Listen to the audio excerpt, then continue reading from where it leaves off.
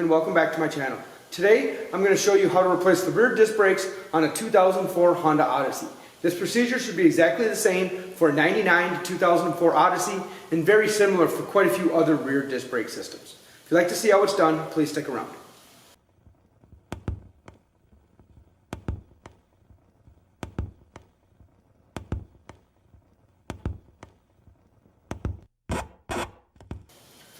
The first step to replacing the brakes is to remove the caliper. To do that, you want to remove the two retaining bolts on the back side of the caliper. They're held on by bolts with 12mm heads on them. I find a wrench works best for me. You may prefer to use a ratchet.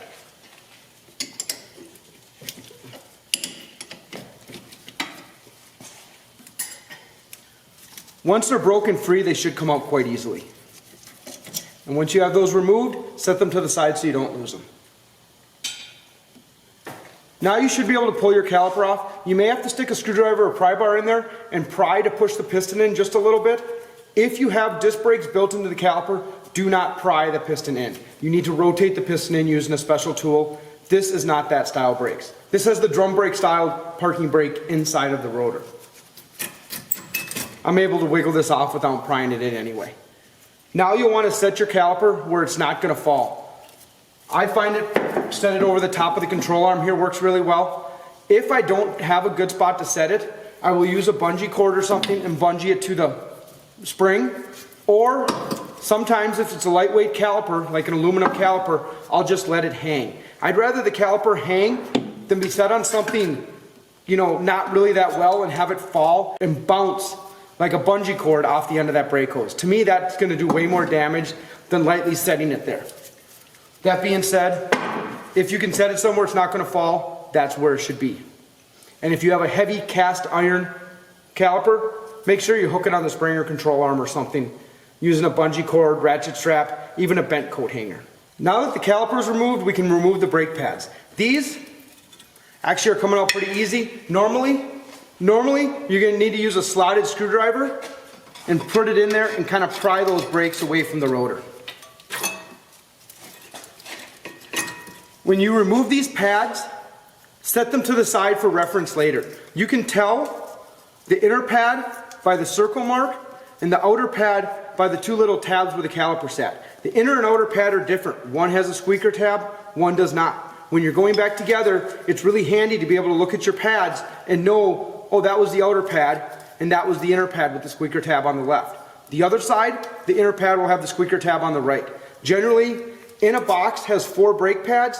2 of them are identical and 2 of them are mirror images of each other. Either way, you have 3 separate styles of pads in a box of 4, and some vehicles have 4 styles of pads in a box of 4. Make sure you're putting the correct pads back in the correct location. The best way to do that is when you remove the brakes from the left rear, set them near the left rear. Don't go and set them on your workbench or somewhere else and then have the right rear and left rear brakes on top of each other and not know where they came from.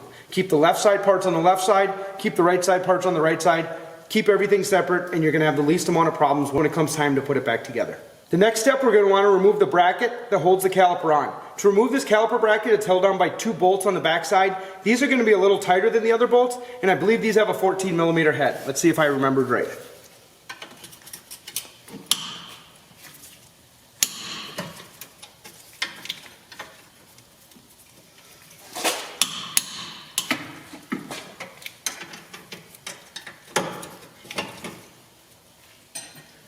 They were tighter, but once they were broken free, they were both spinning out real easily. Like the caliper bolts, loosen them both and then remove them both. If I remove this upper bolt and then I put my weight into the slower one, the bracket's going to swing out. Sometimes that bracket can swing out so far it could actually hit you. It's not really what you want to have happen. Generally, when taking something apart or putting it back together, loosen all the bolts a quarter turn, half a turn each, and then remove them all, or put them all in finger tight and then start tightening them. Generally, you don't want to have one bolt tight with a bolt not started yet, or a bolt all the way out with bolt still tight. The steps that we do on this brake caliper bracket are the most important steps of a brake job. We'll set this to the side and clean this in a few minutes. First, let's get this rotor off. The rotors on most Asian vehicles are held in by a pair of Phillips screws. These screws are notorious for rusting and very hard to get out. I find there's two methods to remove them. My favorite method is with an air hammer and a chisel bit. You take the chisel bit, you put it into the side of the screw, you give it a couple taps, and they come right out. This always works, and almost all the time it works, leaving the screw nice enough to be put back in with a screwdriver. The other option is using an impact driver. What this is a screwdriver type assembly that you hit with a hammer. It gives it a little bit of a turn. So it turns the screw loosened as it's forcing that bit into the screw, so it's less likely to slip. I find that these work well enough. They don't work as quick as an air hammer. They don't work as well as an air hammer, I don't believe. But you don't need an air compressor. You don't need air tools for this. These kits are $25 or $30. The air hammer, it's going to cost you way more than that. I'm going to remove one screw with this. I'm going to remove the other screw with the air hammer. This screw looks harder to remove than this one. So I'm going to use the air hammer on this one because I have better luck with the air hammer technique, and I'll use the impact driver on this one. What I want to do is take the corner of this chisel and put it into the edge of that screw and drive that screw counterclockwise. It shouldn't take many hits. It should just be one quick tap of the trigger, and the air hammer should make it go. I want to have the air hammer I should zoom out for this. I want to have the air hammer as parallel to the surface of the rotor as I can. I'm not trying to drive it straight in. I'm trying to turn it counterclockwise. So if I put the corner of the air hammer chisel against the screw, and I'm kind of holding the rotor with my arm here, ideally you could have a second person hold the rotor for you, but the rotor, when you put this on there, is going to want to spin on its own.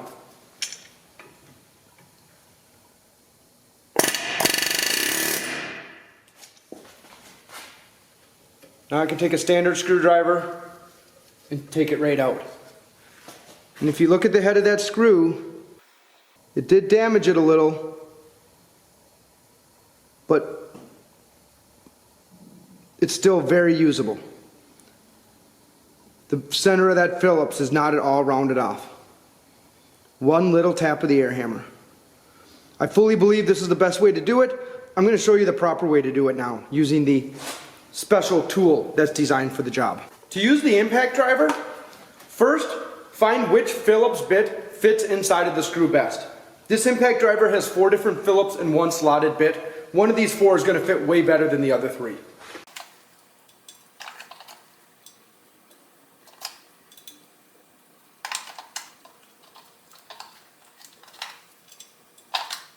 It was the second one I tried, but I tried all 4 anyway, just to make sure that there wasn't one that was just a little bit better.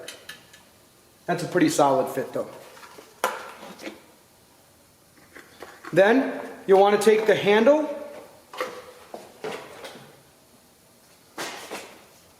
and the little bit holder out of the case. The bit holder goes right on the handle. Then you'll put the Phillips bit into the end of this, and if you look at this end versus the handle, they rotate. I'm holding this end still, and you can see this little pin there.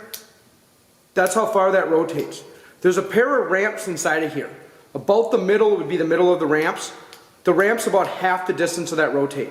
So when you put this in the screw and you turn it to the left, when you hit this with a hammer, about half of that rotate distance, it's going to turn the end of this. If I turn it the other way, it would turn it that direction. So what you want to do is put this in the rotor, turn the handle that 1/8 of a turn or so to the left, hold a little bit of pressure to the left, strike the end of it with a hammer. When you strike that with a hammer, those ramps inside there,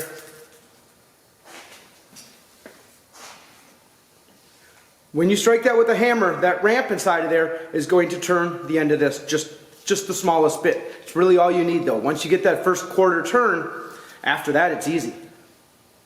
Let's see now if this impact driver can work as quickly as the air hammer did.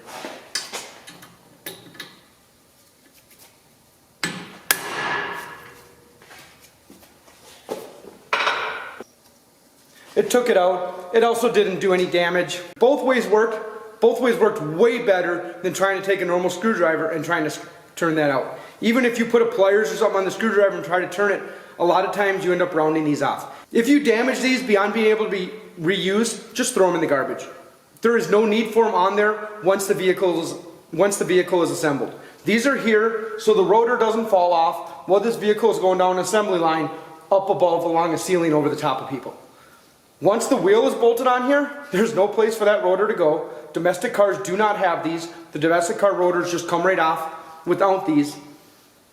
They're not really needed, but if you can take them off, and you can take them off in a way that you're able to reuse it because you don't destroy it, put them back on. It doesn't hurt anything to have them in there. Let's get back to this brake job. Now that we've got these two screws removed, now we can take the rotor out. If you look, there are two more holes in the rotor. What those are for is to thread a bolt into the rotor. It presses against the hub and will press the rotor off. You will need two metric 8 by 1.5 bolts. They don't need to be very long. You can thread them into these holes. Sometimes it helps to clean the rust out of the holes first with some air. I'm going to be lazy and not do it this time and see what happens. I'll get those bolts started. Now, when I turn these bolts in, it'll end up pressing the rotor off.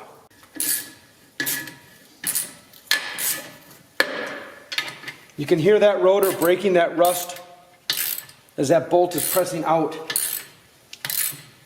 Once you've moved the rotor out a ways, usually you can then pull the bolts back out. Get a little bit of slack so you don't have tension between the rotor and the bolts. Or completely remove the bolts. Now I'm able to take the rotor and wiggle it a little, and I should be able to get it off. What's holding the rotor on now is the parking brake that's inside of this center part of the rotor. I'm going to use a steel hammer, tap on the back side of the rotor where the caliper goes because it's the easiest spot to get to. It doesn't have a backing plate in my way. Turn the rotor a little, tap it again, and do that till I get it off. I want to go this slowly and as square as possible to have the least chance of damaging the parking brake shoes that are inside of here.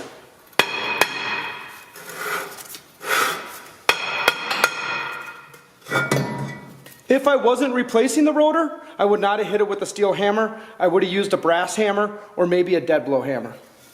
These brake shoes right here, these are for the parking brake. It's just a mechanical drum brake that runs the parking brake. That's all these brake shoes do. Unless you're out hooning, you should never wear these out. These look like brand new. The new rotor is going to come covered in a slight film of oil to keep it from rusting. You're going to want to remove that film of oil before you install the rotor. The best thing to use that with is brake clean. I take my new rotor and I start by putting it on backwards. I let the studs hold it for me, then I take my brake cleaner and I liberally spray it on the whole inside.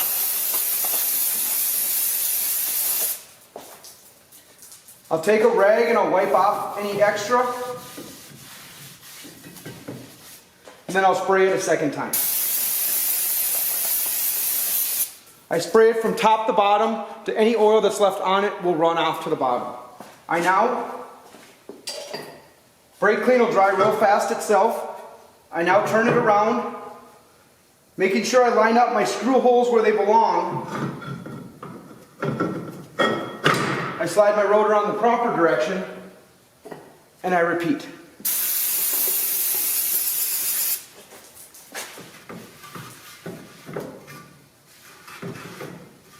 The areas that the brake pads touch are the areas you want to ensure that you remove all the oil. A little bit of oil stays out here. It's not going to hurt anything. It's going to burn off after the brakes warm up anyway. But you don't want that oil getting in and impregnating the brake pads.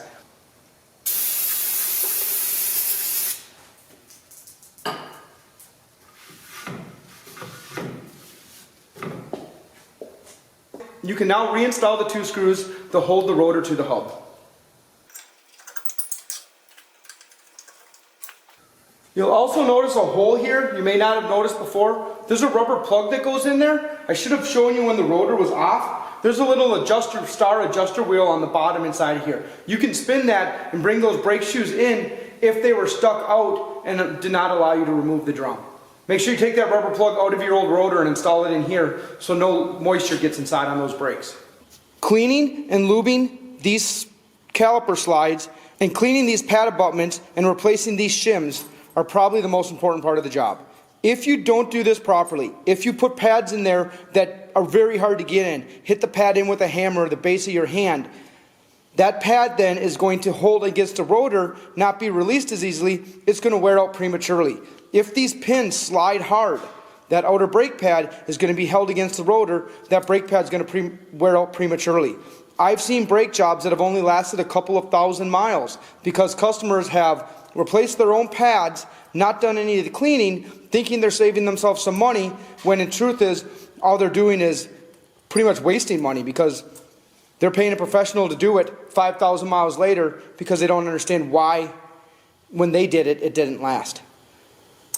Clean these pad abutments, clean these pins, your brakes will last. If these pins are seized in there, you may need to purchase a new caliper bracket. A lot of times the cheapest way to buy a caliper bracket is with a caliper. If you try to use it without replacing it, those pads aren't going to last. You're most likely going to overheat and wreck your rotor and just cost you more money. Cleaning these pad abutments, cleaning these pins, important. To clean this pin, this slide here, I pull it out a little bit and then I kind of push the boot in with my finger and I pull it out the rest of the way. Some vehicles use a different pin for the top and the bottom. There's no need to remove more than one of these pins at a time. Remove this pin, take a rag, and wipe all the old lube off the pin. Sometimes I reinsert the pin and pull it out a second time and wipe out the little bit of lube that comes out that second time. And now I'm going to use this Sil Glide from Napa. This is my favorite silicone lube for these brake pins. And a tube of this will probably do 50 brake jobs. You just need a little dab on there like that. Smooth it around with your finger. Insert it back in there without letting that rubber boot slide it all off of the pin. Push your pin in and make sure the boot snaps back onto there so no water or road salt can get inside of there. Now that we've done this one, we can go up to the top, go right up here and do the other one.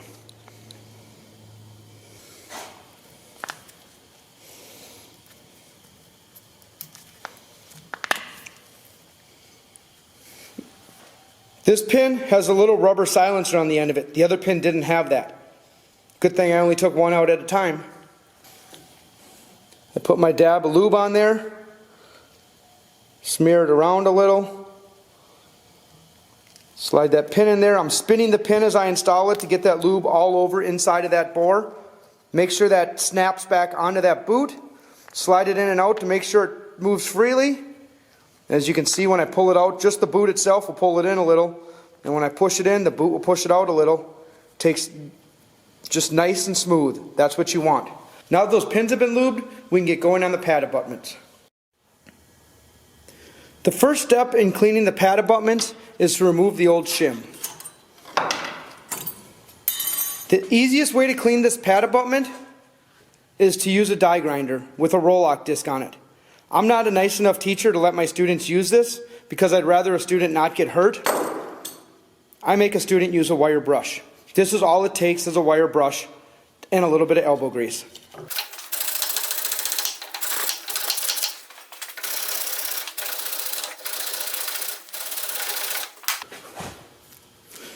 Once I've got that cleaned up, I can now install my new shim.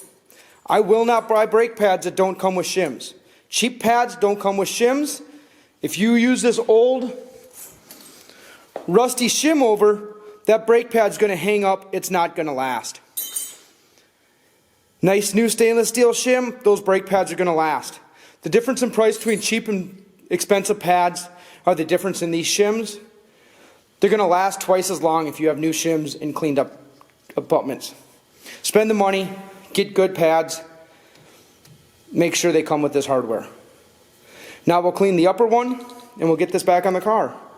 Now that the caliper bracket pins have been lubed and the abutments have been cleaned and new shims put on, I can put the bracket back on the vehicle. Like most things, start both bolts before you tighten either bolt. If you tighten it, one bolt without starting the other bolt, this will be shifted in a way you'll never get the second bolt started.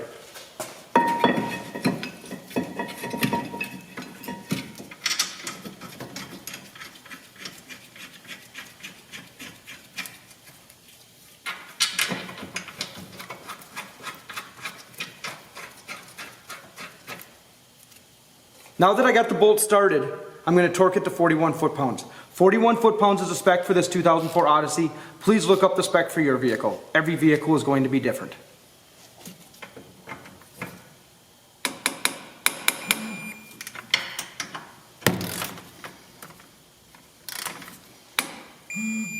Now I'm going to install the brake pads. Comparing the new brake pad with the old brake pad, I can see that the inner brake pad has a squeaker tab on it here. The old one has a squeaker tab broken off right here. And I can see the circle that shows that this was the inner pad against the piston,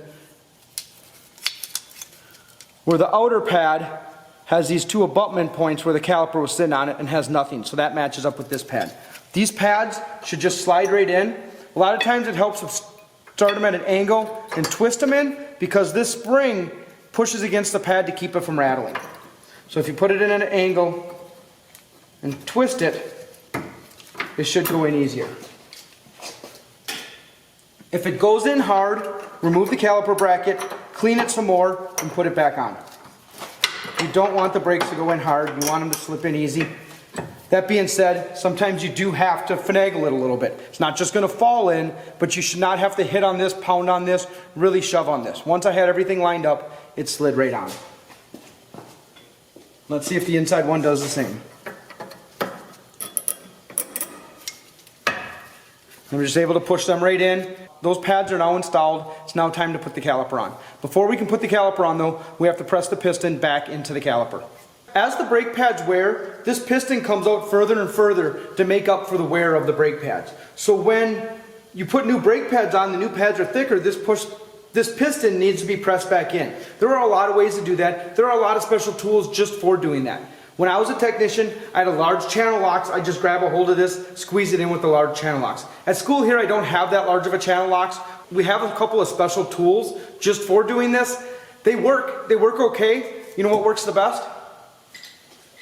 $5 C-clamp. You can use it for a lot of other things too. Unless you have rear disc brakes that have the parking brake built in, so you have to rotate the piston in, which I will make another video to show how that is done. The piston can go straight in. Front, pistons can always press straight in. Some foreign vehicles, Audis, Volkswagens, they have electronic calipers in the rear. You need a scan tool to retract those. Make sure you know what you have before you take what you have apart. I also like to take one of the old brake pads and set it in front of the piston. So instead of the C-clamp pressing on the piston, it's pressing on the brake pad. This steel piston probably doesn't matter. Ford and some other companies like to use a phenolic resin, kind of a fancy plastic piston, and they chip and break really easily. So I don't want to damage that piston. I put something on top of all of them instead of thinking about, is this a weak piston or is this a strong piston? Because once it cracks, it's kind of too late to find out, whoops, that was a weak one.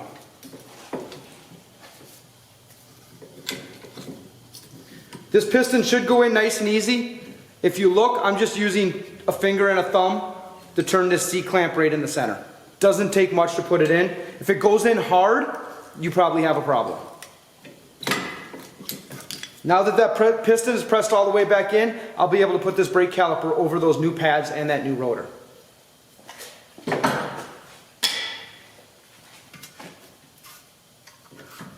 Sometimes these pins hang out and give you issue when you're putting on the new caliper. Make sure the pins are pressed all the way in and press the caliper over the pins. Next, we'll install the caliper retaining bolts. When installing these caliper retaining bolts, you'll notice that this pin, if you look at it from the end, has two flats and two sides that are rounded. Those flats need to go against the flat here on the side of the caliper. So when you put it on, this flat side sits against the flat little tab on the caliper there, and that keeps this pin from rotating. Some vehicles, this pin's a hex, and you have to hold it with a wrench to keep it from rotating. Start the one bolt, spin this pin so the two flats line up, put in that bolt. If you can't get these bolts to start, 9 times out of 10 it's because this flat isn't lined up, so this isn't lined up for you. The two caliper retaining bolts on a 2004 Honda Odyssey have a torque spec of 27 foot-pounds.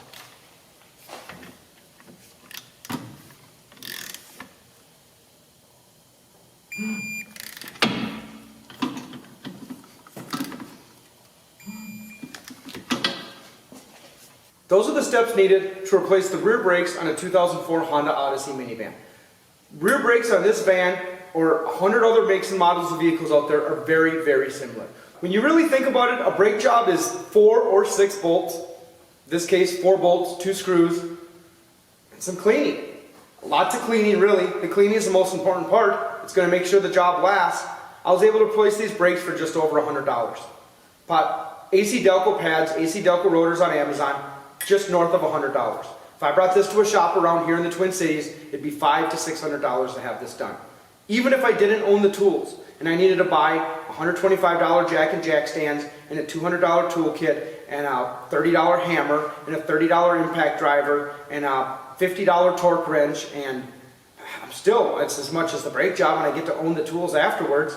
I really believe that if you feel confident in following some directions, finding a service manual, finding the directions and the steps to go, finding the torque specs that you need, if you feel confident taking 4 or 6 bolts out, putting 4 or 6 bolts back in, and then reinstalling your wheel, I think you should do your own brakes. It's a huge money saver. Feels good knowing that you repaired your own vehicle, and it's going to take you a couple hours, hour and a half, 2 hours, you're going to be done. And if you save $500 in 2 hours, $250 an hour is a pretty good wage. Thank you for watching me replace these rear brakes. Please hit that subscribe button, and until next time, peace.